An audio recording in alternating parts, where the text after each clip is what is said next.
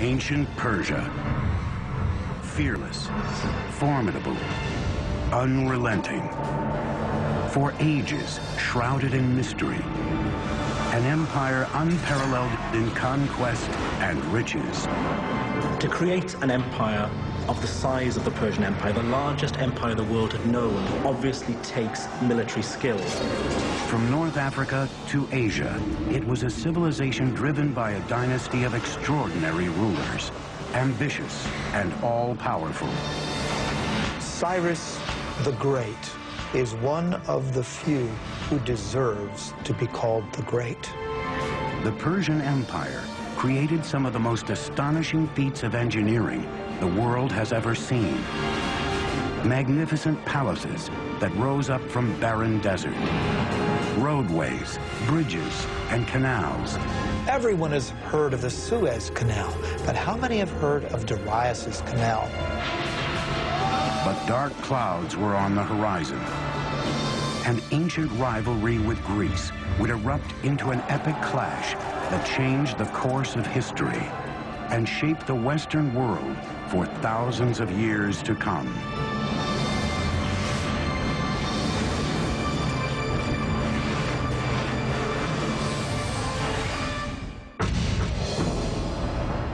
(330 BC). A young Macedonian king conquers the Persian Empire and leads his invading army into Persepolis, its spectacular capital city. The Macedonian ruler is Alexander the Great, an admirer of the great Persian kings. By sundown, the Greek victory celebration degenerates into a drunken melee.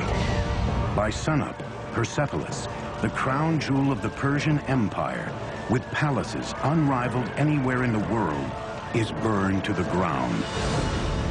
More than 2,500 years later, these immense towers stand as testament to the soaring heights this now forgotten empire once reached.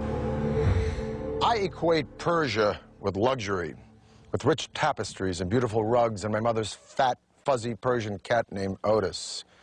But I also think of a fantastic Persian king named Cyrus the Great, who believed in religious and cultural tolerance, and who freed the Jews from Babylon to return to Israel. Hello, I'm Peter Weller, and welcome to the Persian Empire. Around 4000 BC, two nomadic tribes were starting to take root in a rich but hot Iranian plateau. The Medes in the north, the Persians in the south. Being as that these tribes were nomadic, they were more interested in survival than conquest. As they became less nomadic, they had to learn how to farm, in particular how to cultivate this fertile Iranian plateau. But to do that, they needed a source of water. The early Persians may have very well become dust in the winds of history had they not unlocked a source of water and, just as importantly, a means to channel that water to their crops and settlements. And what makes this engineering feat so remarkable is that they found this water not from rivers or lakes or oceans, but from the most unlikely source of all, rocks. Persia emerged out of nothing, a rugged, hostile terrain built with only invention and determination. 3,000 years ago, nomadic early Persians roamed the parched, forbidding Iranian plateau. Finding water meant traveling long distances. It fell to a hybrid engineer, geologist and diviner called a Mogani to figure out how to bring it back to his people. Using nothing more than stone chisels, Moganis would build the first cornerstone of the Persian Empire. A breakthrough system of underground irrigation canals called qanats. They began by harnessing gravity to exploit the natural topography of their land, which sloped relentlessly down from the Alborz Mountains towards the Persian Gulf. Vertical shafts were first dug down from the surface, and the tunnel was excavated horizontally for a short distance.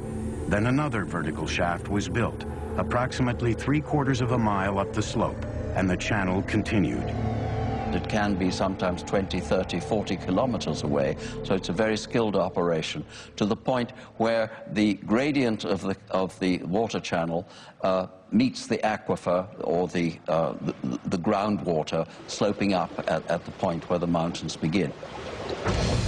The angle of the slope was crucial.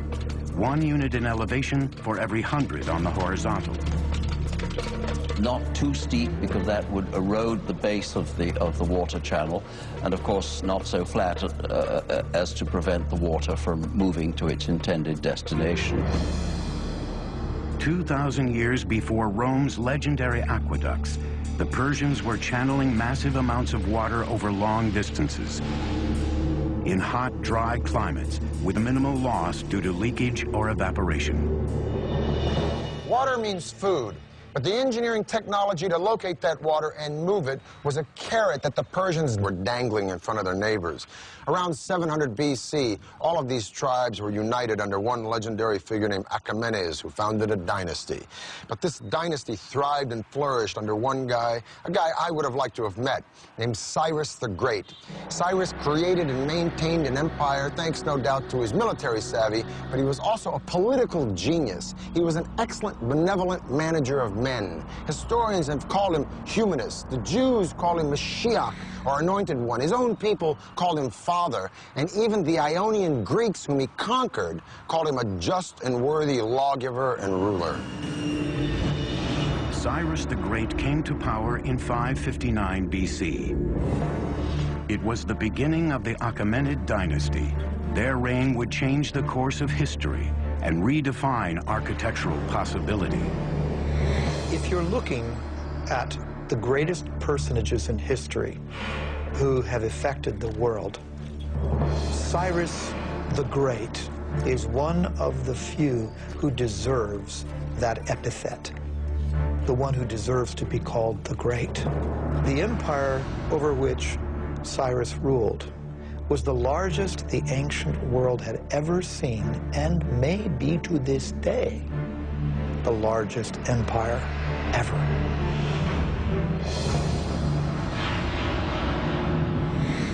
By 554 BC, Cyrus had crushed all rivals and became the undisputed leader of Persia. Now it was time to conquer the world. And if he was going to build an empire, he would need a magnificent capital city to reflect its growing stature. In 550 BC, Cyrus launched one of the most ambitious engineering projects anywhere in the ancient world. The Persian Empire's first great capital city at Pasargad, located in modern Iran. Cyrus was a very innovative builder, and I might add that his standards were particularly high. We can also say that his building project reflected in some ways the technologies that he found in the course of his various conquests. Like the Romans centuries later, the Persians were borrowers. They took the best and most advanced ideas from the cultures they conquered, then developed them even further into technologies uniquely their own. The art and engineering of Pasargad drew on influences as far-flung as Assyria, Egypt, and Asia Minor, thousands of miles away. There were stone workers, woodworkers, brick makers, relief makers, and we know that these were people often imported from all over the empire. Today, over 2,500 years later, crumbling ruins are the only remnants of what was once here, Persia's first shining capital city.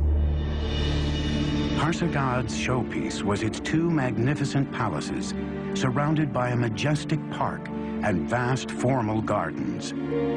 Among them, the first known appearance of the astonishing Paradisia, the four-quartered walled Persian gardens.